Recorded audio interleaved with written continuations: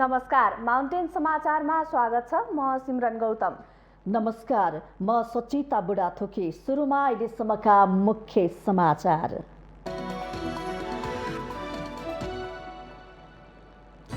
प्रदेश गौरवको आयोजना भीमफेदी कुलेखानी सुरुङमार्ग निर्माण कार्य रोक्न बागमती प्रदेशका मुख्यमन्त्रीको निर्देशन।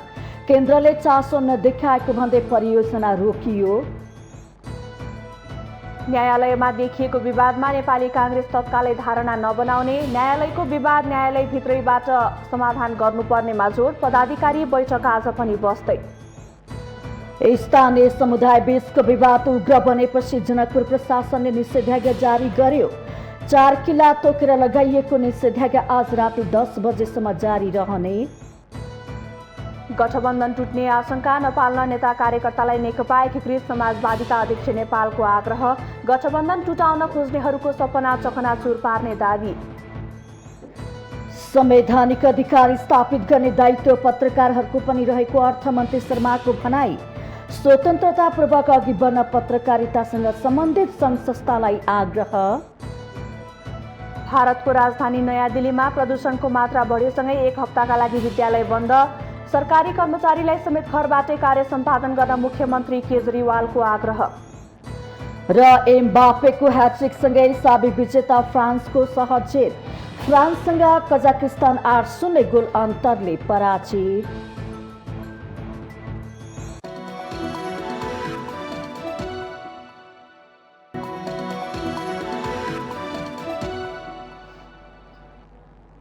अब समाचार विस्तारमा। देश संघीयतामा गएपछि रातारात देशको कायापलट हुन्छ भन्ने भाषण गर्ने नेताहरूले देश संघीयतामा गएपछि यस्ता ओठे भाषण गर्न छोडेका छन्। अहिलेसम्म प्रदेश सरकारहरू केन्द्र सरकारले दिएको बजेटमा पालिएका छन् भन्दा फरक पर्दैन। विकासका नाममा प्रदेश सरकारहरूले अहिलेसम्म गर्व गर्न लायक खास काम गर्न सकेनन्। अहिले आएर प्रदेश गौरवको आयोजनाका रूपमा रहेको भीमफेदी कुलेखानी सुरुङमार्ग निर्माण प्रक्रिया नै स्थगित गरिएको छ। केन्द्र सरकारले बजेट दिएन भन्दै बागमती प्रदेशका मुख्यमन्त्री राजेन्द्र पाण्डेले परियोजना रोक्न निर्देशन दिएपछि अहिले सर्वत्र विरोध भइरहेको छ। 3 वर्षमा निर्माण कार्य सक्ने गरी सुरु गर्ने भनिएको प्रदेश गौरवको आयोजनाका रूपमा रहेको भीमफेदी कुलेखानी सुरुङमार्ग बागमती प्रदेश सरकारले नबनाउने भनेको छ। बागमती प्रदेशका नवनियुक्त मुख्यमन्त्री राजेन्द्र पाण्डेले प्रदेश सरकारले आफ्नो लगानीमा सुरुङमार्ग बनाउन नसक्ने र केन्द्र सरकारले बजेट विनियोजन नगरेको कारण चालु आर्थिक वर्षमा सुरुङ निर्माण प्रक्रिया स्थगित गर्नु परेको भनेका छन्। प्रदेशले उक्त सुरुङ बनाउन सक्ने अवस्था छैन भन्दै परियोजना नै स्थगित गरे पछि बागमती प्रदेश सरकार विकास विरोधी देखियो भन्दै चौतर्फी रूपमा आलोचना भइरहेको छ। उहाँहरू कुनै काम गर्न चाहिँ मुख्यमन्त्री बन्नुभएको, सरकार बनाउनु भएको होइन। अब 6 महिना यस्तै महिना बाँडेर उहाँहरू सरकार चलाइरहनु भएको छ। मुख्यमन्त्री मन्त्री हुनका लागि उहाँहरू सरकारमा जानुभएको हो। गठबन्धन गरेर जनादेश विपरीत बनेको सरकार भएको हुनाले त्यसले राष्ट्रिय गौरवका, जनताको हितका, पूर्वाधार विकासका कामहरू गर्ने कल्पनै गर्न सकिन्थेन। स्वभाव अनुसार नै चाहिँ हामी यो गर्न सक्दैनौँ भनेर पन्छिएको हो। यो स्वाभाविक हो। उसो त प्रदेश सरकारहरूले जादुको छडी जस्तै विकास गर्न सक्छन् भनेर देशमा संघीयताको गुणगान गाउने काम गरियो। तर अहिले केन्द्र सरकारले दिएको बजेटमा प्रदेश सरकारमा रहेकाहरू आफ्नो भरण पोषण मात्र गरिरहेका छन्। विकास उनीहरूका लागि भाषण गर्ने विषय मात्र बनेको छ। त्यसैको उदाहरण हो बागमती प्रदेश सरकारको यो निर्णय पनि। मुख्यमन्त्री राजेन्द्र पाण्डेले केन्द्र सरकारले बजेट विनियोजन नगरेको भन्दै काम रोक्नु परेको भनिरहँदा प्रदेश सरकारको काम के हो त भन्ने प्रश्न स्वाभाविक रूपमा उठेको छ।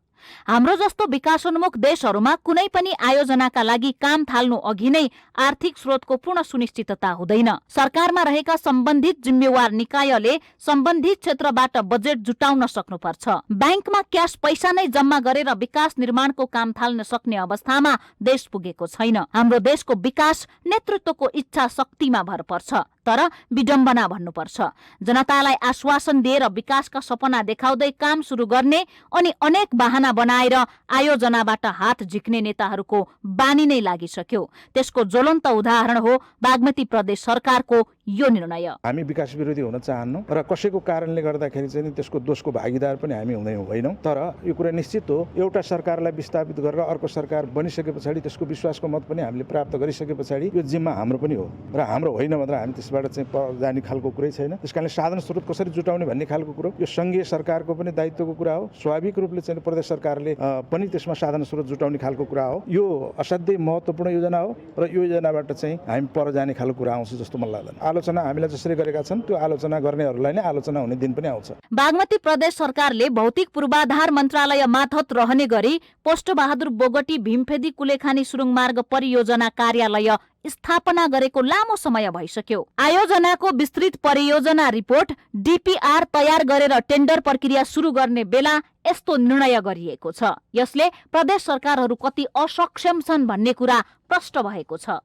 सुरुङ मार्ग निर्माणका लागि जम्मा 20 अर्ब रुपैयाँ लागत लाग्ने भनेको छ। अब प्रश्न के उठ्छ भने प्रदेशकै गौरवको आयोजना भनिएको उक्त परियोजनाका लागि 20 अर्ब छैन भन्दै प्रदेश सरकारले हात झिक्ने हो भने प्रदेशका प्रदेश प्रमुख, मुख्यमन्त्री, मन्त्री, सांसद र तिनका आसेपासेहरूलाई जनताले कति पाल्ने? प्रदेश सरकार जनताले तिरेको करमा मात्रै चल्ने हो त भन्ने? नेता र सांसदलाई व्यवस्थापन गर्न केन्द्र सरकारले कहिलेसम्म प्रदेश सरकारलाई पैसा तिर्नु पर्ने हो? यो पनि फेरि सरकार अब 9 महिनापछि फेरि परिवर्तन हुने कुरा आइरहेछ, जसले गर्दा अस्थिरताको कारणले गर्दाखेरि पनि एउटा त यो आयोजना सफल हुन सकेनन्। अर्को कुरा के छ भन्दाखेरि केन्द्रीय सरकारले कस्तो आयोजना हेर्ने, प्रदेशले कस्तो आयोजना हेर्ने, स्थानीयले नहुने अत्याधिक महत्त्वाकांक्षी र हाम्रा नेताहरू व्यक्तिवादी हुनुभयो। हाम्रो आफ्नो देशको क्षमताभन्दा ठुलो बजेट बनाउने र बढी आयोजनाहरू घोषणा गर्ने र ती कुनै पनि आयोजनाहरू सम्पन्न नहुने, अध्ययनमा मात्रै समय र धन खर्चिने भएको छ, जुन चाहिँ हाम्रो मुलुकको लागि दुर्भाग्यपूर्ण अवस्था रहेको जस्तो मलाई लागिरहेछ। DPR अनुसार 11 मिटर चौडाइको 3220 मिटर र 3270 मिटर लम्बाइको 2वटा सुरुङ मार्ग बनाउन करिब 19 अर्ब 32 करोड रुपैयाँ लाग्ने अनुमान छ। एकतर्फी रूपमा सवारी सञ्चालन गर्ने गरी 2वटा सुरुङ निर्माण 42 महिनामा सम्पन्न हुने DPR-मा उल्लेख छ। तर प्रदेश सरकारले यति ठूलो परियोजनाका लागि सुरुमा जम्मा 75 करोड रुपैयाँ मात्र विनियोजन गर्यो। गत आर्थिक वर्ष 2077-78मा प्रदेश सरकारले विनियोजन गरेको 1 अर्ब रुपैयाँ पनि फ्रिज भएको छ। अहिलेसम्म DPR निर्माण र प्रशासनिक गरी करिब 2 करोड 33 लाख रुपैयाँ भने खर्च भइसकेको छ। तर अहिले आएर प्रदेश सरकारले आयोजना नै स्थगित गर्न निर्देशन दिएपछि प्रदेश गौरवको आयोजना अलपत्र परेको छ। उसो त सडक विभागले देशका विभिन्न स्थानमा सुरुङ मार्गको सम्भाव्यता अध्ययन गरिरहेको छ। नेताहरूले ठाउँ ठाउँमा भाषण गर्दा सुरुङ मार्ग निर्माण गर्ने वचन दिने गरेका छन्। तर जब काम गर्ने समय आउँछ नेताहरूले खुट्टा कमाउने गरेका छन्। त्यसैले नेपालको विकास कागजमा मात्र सीमित बन्न पुगेको छ। माउन्टेन टेलिभिजन SD राजनीतिक ब्युरो। सत्तारूढ कांग्रेसले न्यायालयमा देखिएको विवादको विषयमा तत्कालीन धारणा नबनाउने भएको छ। शनिबार बसेको पदाधिकारी तथा पूर्व पदाधिकारीहरूको बैठकमा न्यायालयको विवादमा कांग्रेसले अहिले पक्ष विपक्षमा नलागेर तटस्थ रहनुपर्ने मत आएको हो। अर्को बैठकमा यस विषय थप छलफल हुन सक्ने भए पनि अहिलेलाई कांग्रेसले न्यायालयबाट विवाद समाधान होस् भन्ने चाहेको कांग्रेसका एक नेताले बताउनु भएको छ। शनिबारको बैठकमा वरिष्ठ नेता रामचन्द्र पौडेल पक्षका नेताहरूले भने न्यायालयमा देखिएको समस्याको कारण न्यायिक प्रक्रिया नै अवरुद्ध भएको भन्दै त्यसबारे सरकार र राजनैतिक दलहरू चुप लागेर बस्न नहुने बताउनु भएको थियो। पौडेल समूहको शुक्रबार न्यायालयमा देखिएको समस्याको विषयमा पार्टीलाई स्पष्ट धारणा बनाउनु पर्ने निष्कर्ष निकालेको थियो। यसअघि संस्थापन इतर पक्षका 12 जना केन्द्रीय सदस्यहरूले विज्ञप्तिमै जारी गरेर न्यायालय विवादमा दलहरू चुप लागेर बस्न नहुने भनेका थिए। पौडेल समूहको भेलाको निष्कर्ष बमोजिम नै नेताहरूले शनिबारको बैठकमा न्यायालयको विवादका विषयमा प्रष्ट धारणा बनाएर निकास दिनुपर्ने प्रस्ताव गरेका थिए। जवाफमा सभापति एवं प्रधानमन्त्री शेरबहादुर देउवाले न्यायालयको विवाद त्यही भित्रैबाट समाधान हुनुपर्ने बताउनु भएको थियो। बैठक आज पनि बस्दैछ।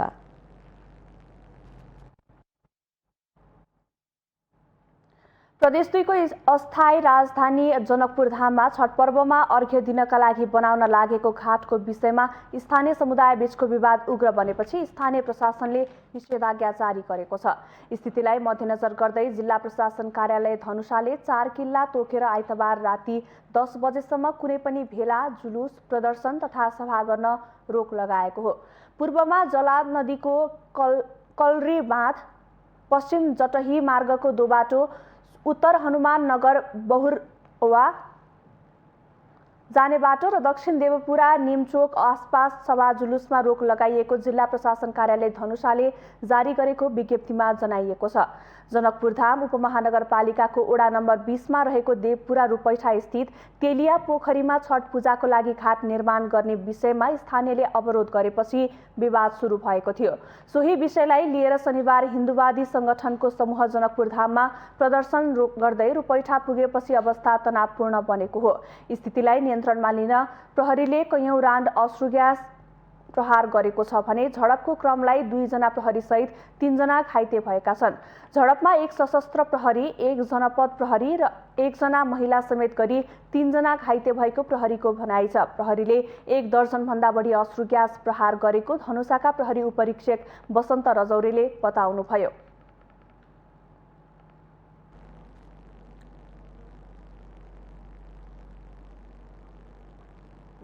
नेकपा एकीकृत समाजवादीका अध्यक्ष माधव कुमार नेपालले सत्तारूढ गठबन्धन टुट्ने हो कि भन्ने आशंका नेपालमा पार्टीका नेता कार्यकर्ताहरूलाई आश्वस्त तुल्याउनु भएको छ। अध्यक्ष नेपालले आसन राष्ट्रिय सभाको निर्वाचन, रिक्त प्रतिनिधि सभा तथा प्रदेश सभा उपनिर्वाचनमा मिलेर उम्मेदवारी दिने र विजय बनाउने सत्तारूढ दल बीच सहमति भएको र त्यसै गरी गठबन्धनलाई टुटाउने खोज्नेहरूको सपनालाई चकनाचुर पारेको दावी गर्नु भएको छ। शनिबारबाट ललितपुरमा सुरु भएको पार्टी केन्द्रीय कमिटीको बैठकमा बोल्दै उहाँले सत्तारूढ गठबन्धनको आयु लामो छैन भन्नेहरूलाई जवाफ दिने गरी आफूहरूले राष्ट्रिय सभा तथा उपनिर्वाचनमा मिलेर उम्मेदवारी दिने सहमति गरिसकेको स्पष्ट पार्नुभयो। उपनिर्वाचनमा पनि मिलेर नै उम्मेदवार तय गर्ने र मिलेर नै जिताउने कुरामा हाम्रो सहमति भइसकेको छ। यो सहमतिले यो गठबन्धनको आयु लामो छैन र यिनीहरूको बीचको एकतालाई तोड्न सकिन्छ भन्ने सोच राखेका, चाहना राखेकाहरूको त्यो सोच र चाहनाको सबै उसका इच्छाहरू अब चकनाचुर भएका छन्, सपना चकनाचुर भएको छ। अध्यक्ष नेपालले 2वटा निर्वाचनको परिणाम सकारात्मक आउने र गठबन्धन बीचको सहकारी छने कसिलो भएर जाने तर्क गर्नुभयो। बैठकलाई सम्बोधन गर्दै पार्टीका सम्मानित नेता चलनाथ खनालले सत्तारूढ गठबन्धन बीचको सहकारीलाई पार्टीको तल्लो कमिटीसम्म लैजानु पर्नेमा जोड दिनुभयो। उहाँले एमालेको ठूलो पंक्ति अलमलमा रहेको उल्लेख गर्दै त्यसलाई पार्टीमा ल्याउने गरे उत्साहको साथ काम गर्न पनि पार्टीको सिङ्गो पंक्तिलाई आह्वान गर्नुभयो। क्रमिक रूपले हामी विस्तार गर्दैछौँ र यो विस्तारको साथसाथै यो पार्टी नेपालको कम्युनिस्ट आन्दोलनको गुणात्मक रूपले नै अगुवा पार्टीको रूपमा, गुणात्मक रूपले नै नयाँ इकाइको रूपमा, एउटा अग्रगण्य समूहको रूपमा हामीले यसलाई स्थापित गर्न सक्नुपर्छ। बैठकमा बागमती प्रदेशका मुख्यमन्त्री एवं पार्टी उपाध्यक्ष राजेन्द्र प्रसाद पाण्डे र प्रदेश 1 का मुख्यमन्त्री एवं पार्टीका सचिव राजेन्द्र राईले आफ्नो प्रदेश सरकारको योजनाबारे ब्रिफिङ गर्नु भएको थियो। नेकपा एकीकृत समाजवादीको केन्द्रीय कमिटीको बैठक आज पनि बस्नेछ।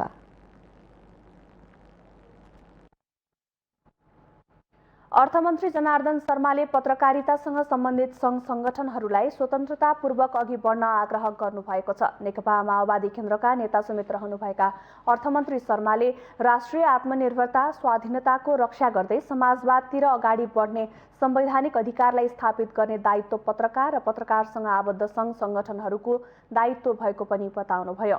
प्रेस सेन्टर नेपाल गण्डकी प्रदेशको दोस्रो अधिवेशनको शनिबार पोखरामा उद्घाटन गर्दै उहाँले लोकतन्त्रको पक्षमा उभिने पत्रकार र त्यसका संगठनहरूलाई सरकारले सधैँ सम्मान गर्ने बताउनुभयो। अर्थमन्त्री शर्माले पत्रकारहरूलाई समाजवादतिर अगाडि बढ्ने गरी संगठन र विचारको निर्माण गर्न पनि सुझाव दिनुभयो। बढ्ने संवैधानिक अधिकार जो छ त्यो संवैधानिक अधिकार राष्ट्रिय आत्मनिर्भरता स्वाधीनताको रक्षा गर्दै हामी समाजवादतिर अगाडि बढ्ने मान्यतालाई स्थापित गर्ने कुरा नै आज प्रेस संगठन र समस्त पत्रकार साथीहरूको दायित्व हो भन्ने कुरा म राख्न चाहन्छु। अर्थमन्त्री शर्माले खोज तथा अनुसन्धानमूलक पत्रकारितामा जोड दिनुपर्ने आवश्यकता औल्याउनुभयो। उहाँले पत्रकारहरूको क्षमता वृद्धिका लागि आवश्यक सहयोग गर्न सरकार तयार रहेको बताउनुभयो।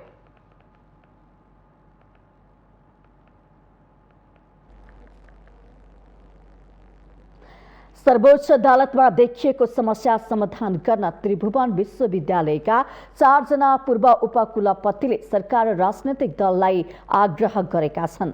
पूर्व उपकुलपतिहरू महेश कुमार उपाध्याय, केदार भक्त माथेमा, कमल कृष्ण जोशी र नवीन प्रकाश जंग शाहले शनिबार संयुक्त विज्ञप्ति जारी गर्दै सरकार र दलहरूको ध्यानाकर्षण गराएका हुन्। लामो समयदेखि सर्वोच्च अदालतमा भइरहेको नेपाल बार एसोसिएसनको आन्दोलन र जिम्मेवार निकायहरूले त्यसप्रति देखाएको उदासीनता देशका लागि ठूलो दुर्भाग्यको विषय बनेको भन्दै न्यायालयप्रतिको जनताको विश्वासमा कमी आउन नदिन पनि तत्काल निकास निकाल्नु पर्नेमा विज्ञप्तिमा उल्लेख छ।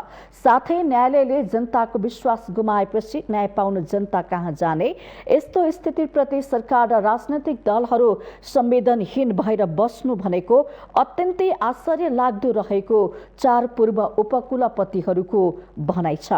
त्यसैगरी विज्ञप्तिमा सरकार र राजनैतिक दलका नेताहरूले जिम्मेवार बन्नुपर्ने भन्दै आन्दोलनसँग गाँसिएको स्थितिको सुधार र समस्याको समाधानतर्फ सरकार र दलहरूले अविलम्ब पाइला चाल्नुपर्ने उल्लेख गरिएको छ। माउन्टेन समाचारमा पालो भएको छ विश्रामको।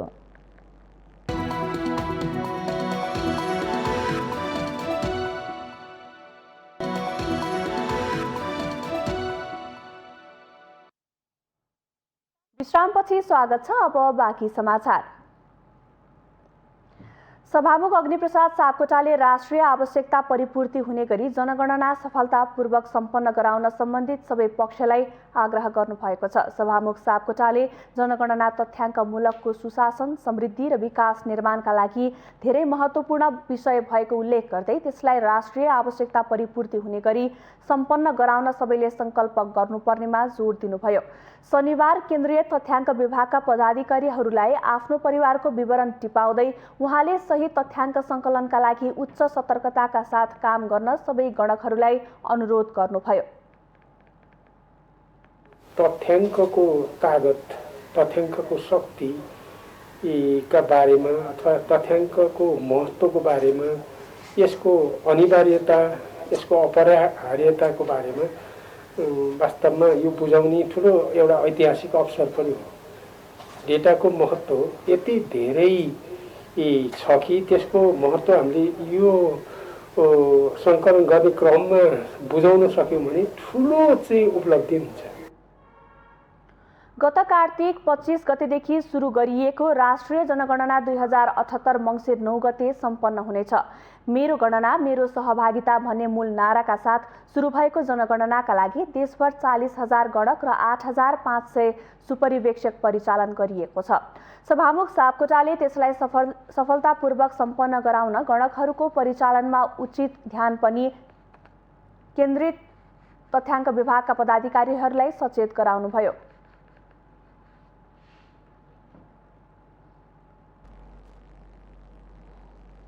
नेपाली कांग्रेस डडेलधुराका सभापति कर्णबहादुर मल्लले जिल्लाका ओडा र पालिका अधिवेशन पुनः गर्नुपर्ने आफूहरूको माग सम्बोधन नभए मङ्सिर 1 गतेदेखि पार्टी केन्द्रीय कार्यालयमा अनसनमा बस्न बाध्य हुने चेतावनी दिनुभएको छ।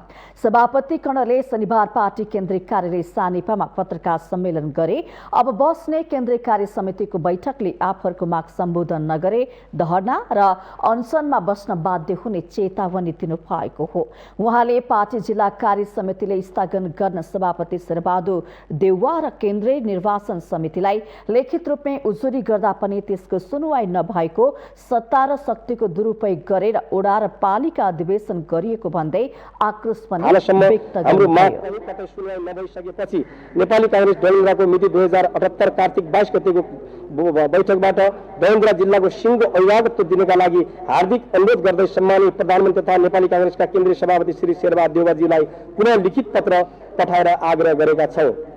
आगामी बस्ने नेपाली कांग्रेसको केन्द्रीय कार्य समितिको बैठकमा हाम्रा मागहरूलाई सम्बोधन नगरिए यही मिति 2078 मङ्सिर 1 गतेदेखि नेपाली कांग्रेसको केन्द्रीय कार्यालय सानेपामा धरना र अनसनका कार्यक्रमहरू अगाडि बढाइने बेहोरा समेत यसै प्रेस विज्ञप्ति मार्फत जानकारी गराउँदछौँ। सभापति मल्लले केन्द्रीय निर्वाचन समितिले सभापति देउवाको निर्देशनमा आफूहरूको माग सुनवाई नगरेको भन्दै आपत्ति जनाउनु भएको छ। उहाँले सबै जिल्लामा जिल्ला कार्य समितिको निर्देशन अनुसार ओडा तथा पालिका अधिवेशन हुने तर डडेलधुरामा किन नहुने भन्दै पार्टी सभापति देउवा र केन्द्रीय निर्वाचन समितिलाई प्रश्न समेत गर्नु भएको छ। सभापति मल्लले क्रियाशील सदस्यता विवाद समाधान नभई जिल्लामा गरेका ओडा तथा पालिका अधिवेशन मान्य नहुने अडान दोहोर्याउनु भएको छ। नेपाली कांग्रेसको ओडा अधिवेशन हुन नसकेका जिल्लाहरूमा शनिबार सुरु भएको थियो। नेपाली कांग्रेसको 14औं केन्द्रीय महाधिवेशन मङ्सिर 24 गतेदेखि 26 गतेसम्म काठमाडौँमा हुँदैछ।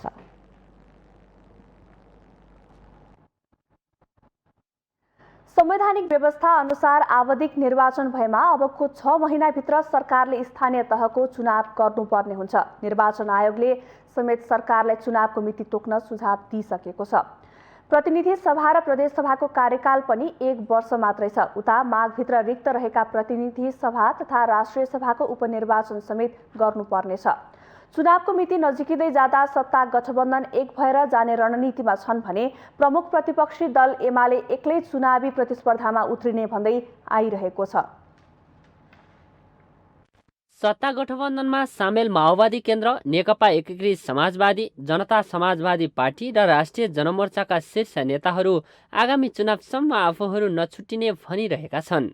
गठबन्धनको नेतृत्वमा सरकार बनेपछि ओली नेतृत्वको सङ्घ सरकार मात्र ढलेन, एमाले नेतृत्वका सबै प्रदेशका सबै सरकार प्रतिपक्षको भूमिकामा खुम्चिन बाध्य भए।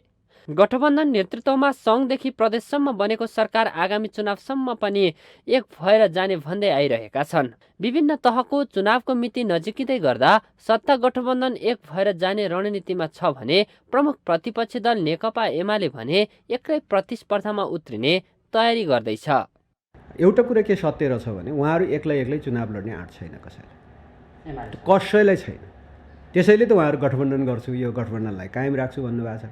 त्यसैले हामीलाई कुनै आपत्ति छैन, मिलेर आउनुहोस्। उहाँहरूसँग अरू पनि जोडे हुन्छ, 5 मा अर्को को 5.5 6 मिलाउनुहुन्छ, के जोड्नुहुन्छ जोड्नुहोस्। 2074 सालको सङ्घ तथा प्रदेश सभा चुनावमा एमाले र माओवादी वाम गठबन्धनले सङ्घ र 6 वटा प्रदेशमा बहुमत ल्याएको थियो। 2075 जेठ 3 गते एमाले र माओवादी बीच पार्टी एकता भएपछि सङ्घ र 6 वटा प्रदेशमा नेकपाको स्पष्ट बहुमत सरकार बनेको थियो। तर आन्तरिक विवादका कारण झण्डै 2/3 बहुमत प्राप्त कम्युनिस्ट सरकार ढल्यो र प्रमुख प्रतिपक्षी दललाई सरकार सञ्चालनको साँचो सुम्पियो। अझ रोचक त के छ भने अहिले तिनै तत्कालीन नेकपा अहिले सत्तापक्ष र प्रतिपक्षमा उभिएका छन्। समयको माग र आवश्यकता अनुसार गठबन्धन आगामी चुनावसम्म एकजुट भएर जाने काङ्ग्रेसको पनि तयारी छ। अब अर्को पालि चुनावमा जाँदाखेरि सबै 5 पार्टी मिलेरै हामी चुनाव लड्छौँ, अथवा सबै सिटमा कुरा नमिलाए पनि धेरै सिटमा कुरा मिलाउँछौँ। धेरै सिटमा कुरा नमिलाए पनि कतिपय सिटमा मिलाउन जरुरी हुन्छ भन्ने मलाई लागेको छ। उसो त गठबन्धन बनाउँदा नै संसदलाई पुरै अवधि टिकाउने र चुनावसम्म मिलेर जाने समझदारी गठबन्धनको लक्ष्य हो। प्रधानमन्त्री एवं काङ्ग्रेस सभापति शेरबहादुर देउवाले पनि गठबन्धन चुनावसम्म जाने भन्दै आशंका नगर्न भनेर पटक पटक बताउँदै आइरहनु भएको छ। अघिल्लो स्थानीय तहको चुनावमा माओवादीसँग सहकार्य गर्दा धोका पाएको भन्दै काङ्ग्रेस कार्यकर्ताहरूले गठबन्धनमा नभएर एक्लै चुनावमा जान नेतृत्वलाई दबाब दिइरहेका छन्। यस्तो अवस्थामा गठबन्धन दल एक भएर जालन या कार्यकर्ताको माग अनुसार छुट्टा छुट्टै त्यो भने आगामी दिनले नै बताउला। माउन्टेन टेलिभिजन एचडीका लागि बटुकराज गिरीको रिपोर्ट। सत्तारूढ़ जनता समाजवादी पार्टी नेपालका अध्यक्ष उपेन्द्र यादवले सर्वोच्च अदालतमा देखिएको समस्या छिट्टै समाधान हुने बताउनु भएको छ। अध्यक्ष यादवले न्यायालयभित्र राजनैतिक दलहरूले हस्तक्षेप गर्न उचित नहुने धारणा समेत राख्नु भएको हो। उहाँले दुनियाँमा कहीँ पनि राजनैतिक दलहरूले न्यायालयमा हस्तक्षेप गर्ने चलन नभएको दावी गर्नु भएको छ। शनिबार विराटनगर विमानस्थलमा सञ्चारकर्मीहरूले राखेको जिज्ञासाको जवाफ दिने क्रममा उहाँले न्यायालय आफूभित्र देखिएको समस्या समाधान गर्न आफै सक्षम रहेको प्रतिक्रिया दिनुभयो। समाधान गर्नका लागि त्यहाँ विद्वान अधिवक्ताहरू, विद्वान न्यायाधीशहरू उहाँहरू हुनुहुन्छ र उहाँहरूले नै आफैले निकास दिन सक्षम हुनुहुन्छ। त्यसमा हामी राजनीति गर्ने राजनीतिक कर्मीहरूले न्यायपालिकाभित्रको हस्तक्षेप गर्नु हुँदैन। त्यस कारणले त्यो आफ्नो दायराभित्र रहेर समस्यालाई हल गर्नुपर्छ। अध्यक्ष यादवले संविधान संशोधन नगरेको कारण अदालतमा यस्तो समस्या आएको दावी गर्दै त्यसलाई संशोधन नगरी अघि बढ्न नसकिने अडान पनि दोहोर्याउनु भएको छ। उहाँले सत्तारूढ दलहरूबीचको गठबन्धन आगामी निर्वाचनसम्म कायमी रहने बताउनु भएको छ।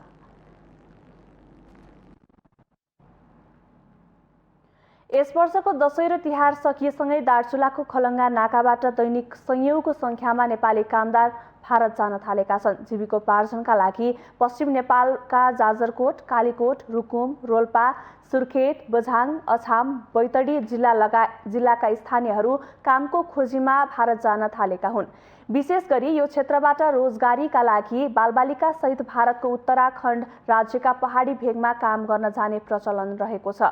देशको राजनैतिक अस्थिरता रोजगार नहुँदा पेटी ठेकेदारहरूसँग समूहमा साना बालबालिका सहित नेपाली कामदारहरू भारत जाने गर्दछन्। नेपालमा भन्दा भारतमा दैनिक ज्याला मजदुरीमा बढी रकम पाइने हुनाले बेरोजगार नेपाली कामदारहरू भारत जाने गर्दछन्। भारत उत्तराखण्डको पहाडी क्षेत्रमा धेरै जसो सडक निर्माण र भारतीय सेनाको निर्माण सामग्री र सैन्य सामग्री ढुवानीका लागि नेपाली कामदारहरू भारत जाने गर्दछन्।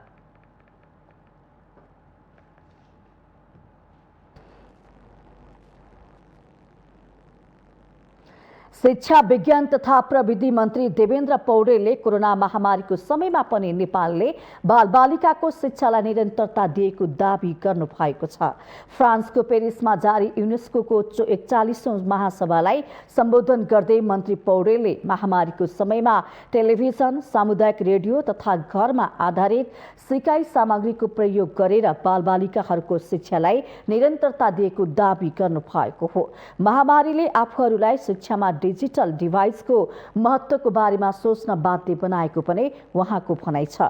शिक्षा, स्वास्थ्य, लैङ्गिक समानता र महिला सशक्तिकरण जस्ता प्रमुख क्षेत्रहरूमा नेपालले महत्त्वपूर्ण सफलता हासिल गरिसकेको बताउँदै मन्त्री पौडेलले दिगो विकासका लक्ष्यहरूलाई अपनाएको जानकारी गराउनु भएको थियो। विकासका प्रयासहरूलाई निर्देशित गर्न सरकारले सुखी नेपाली समृद्ध नेपालको राष्ट्रिय नारा बनाएको पनि उहाँले बताउनु भएको थियो। महासभामा सहभागी हुन नेपालबाट मन्त्री पौडेलको नेतृत्वमा शिक्षा मन्त्रालयका सचिव रामप्रसाद थपलिया, नेपालका स्थायी प्रतिनिधि राजदूत दीपक अधिकारी र युनेस्कोका लागि नेपालका सहायक महासचिव डाक्टर बाबुराम अधिकारी सहितको टोली गत बुधबार फ्रान्सतर्फ प्रस्थान गएको थियो। टोली आगामी बुधबार नेपाल फर्कनेछ। माउन्टेन समाचारमा पालो भएको छ विश्रामको।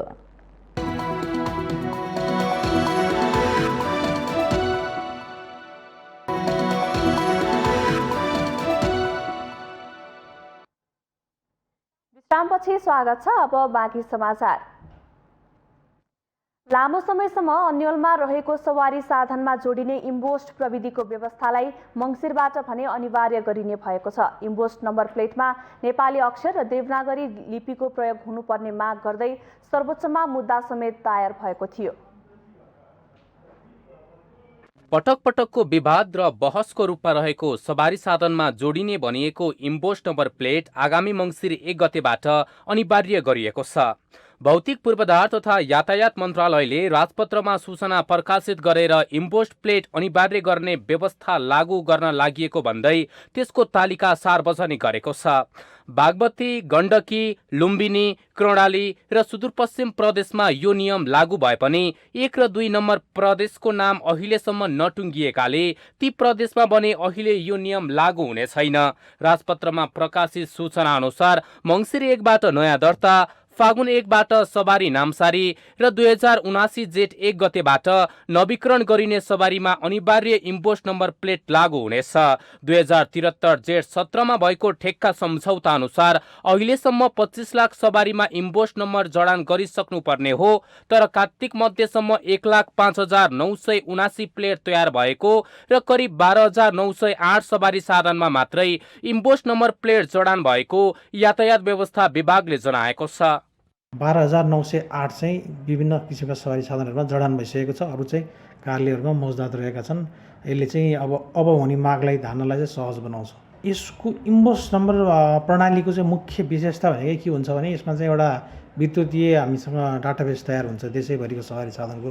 त्यही भएर यो सवारी चाहिँ कसको नाममा दर्ता छ, यसको हिस्ट्री के थियो, कसरी नामसारी भयो, सवारी धनी को हो, सवारी धनीको फिङ्गरप्रिन्ट कस्तो छ भन्ने कुरा पनि हामी एकैछिनमा सिस्टम राम्रोसँग चलेको बेलामा तुरुन्तै विदिन सम सेकेन्ड्स नै पत्ता लगाउन सक्छौँ।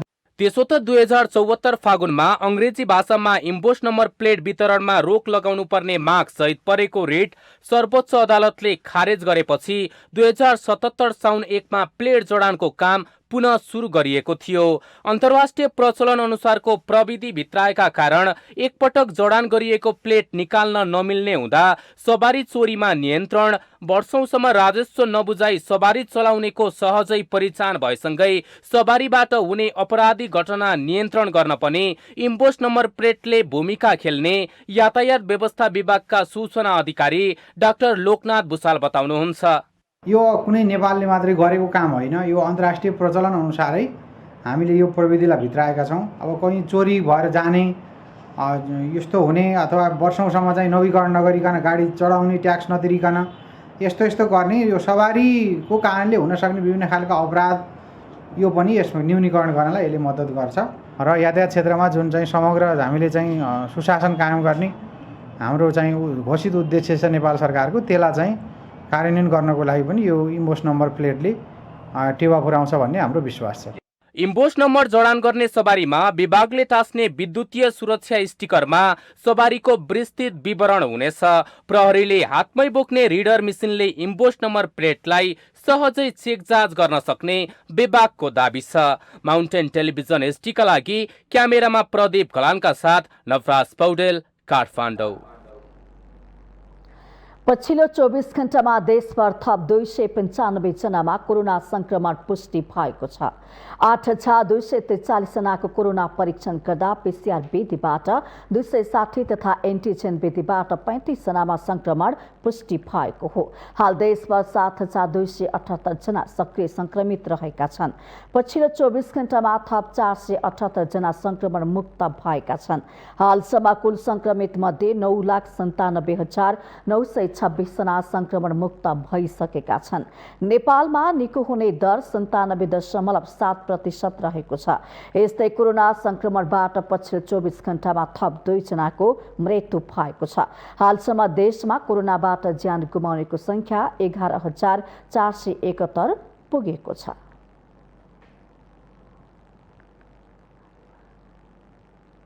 हामीसँग आर्थिक, अन्तर्राष्ट्रिय र खेल समाचार बाँकी नै छन्। माउन्टेन समाचारमा पालो भएको छ विश्रामको।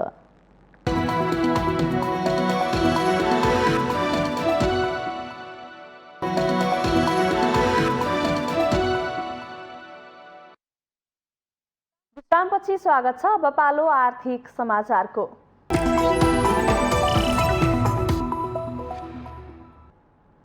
गत साता नेप्से परिसूचक 5.5%ले घटेको छ। अघिल्लो साता 2,848.84 बिन्दुमा बन्द भएको नेप्से गत साता 158.55 अङ्क घटेर 2690.29 बिन्दुमा ओत्लिएको हो। यस साता बजार खुलेको तीनै कारोबार दिन ओह्रालो लागेसँगै नेप्से 2700 भन्दा तलको बिन्दुमा आइपुगेको छ। यस साता सेन्सिटिभ इन्डेक्स 5.41% घटेको छ भने फ्लोट इन्डेक्स 5.58% र सेन्सिटिभ फ्लोट इन्डेक्स 5.58% घटेको छ। नेप्सेसँगै यस साता कारोबार रकममा पनि कमी आएको छ। यस साता दैनिक औसतमा 227 कम्पनीको 74,508 पटकको कारोबारमा 5 अर्ब 35 करोड रुपैयाँ बराबरको 95 लाख किता सेयर खरिद बिक्री भएको छ। नेप्सेको औसत कारोबार रकम गत साताको तुलनामा 24.11% कम हो। यस साता नेप्सेको कुल बजार पुँजीकरण पनि 5.5% घटेको छ। गत साताको अन्तिम कारोबार दिन 40 खर्ब 6 अर्ब रुपैयाँ रहेको नेप्सेको कुल बजार पुँजीकरण यस साता 2 खर्ब 22 अर्ब घटेर 37 खर्ब 83 अर्ब रुपैयाँमा झरेको छ।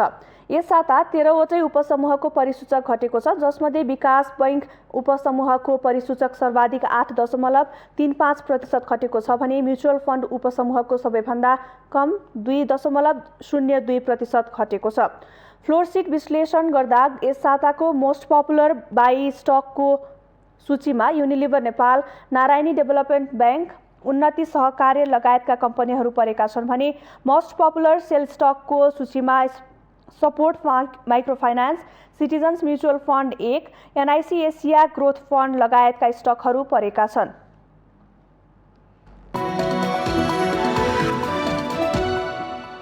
यो सँगै हामी माउन्टेन समाचारको अन्त्यमा आइपुगेका छौँ। जाँदा जाँदै मुख्य समाचार पुनः एकपटक।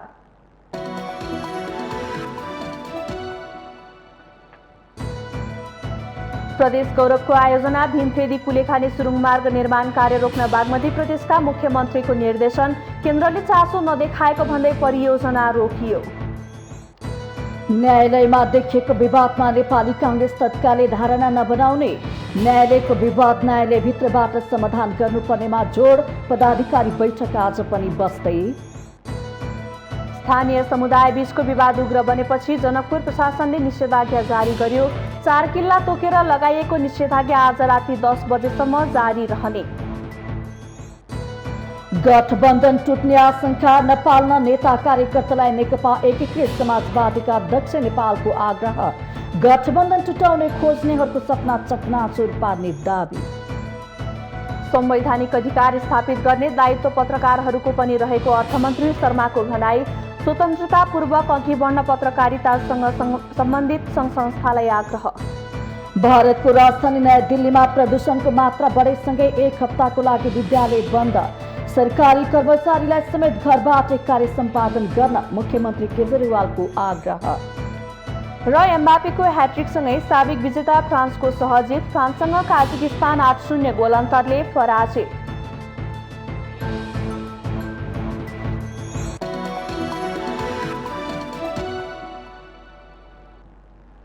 माउन्टेन समाचार अहिलेलाई सकियो। सत्य, तथ्य र निष्पक्ष समाचारको लागि हेर्दै रहनुहोला माउन्टेन टेलिभिजन HD।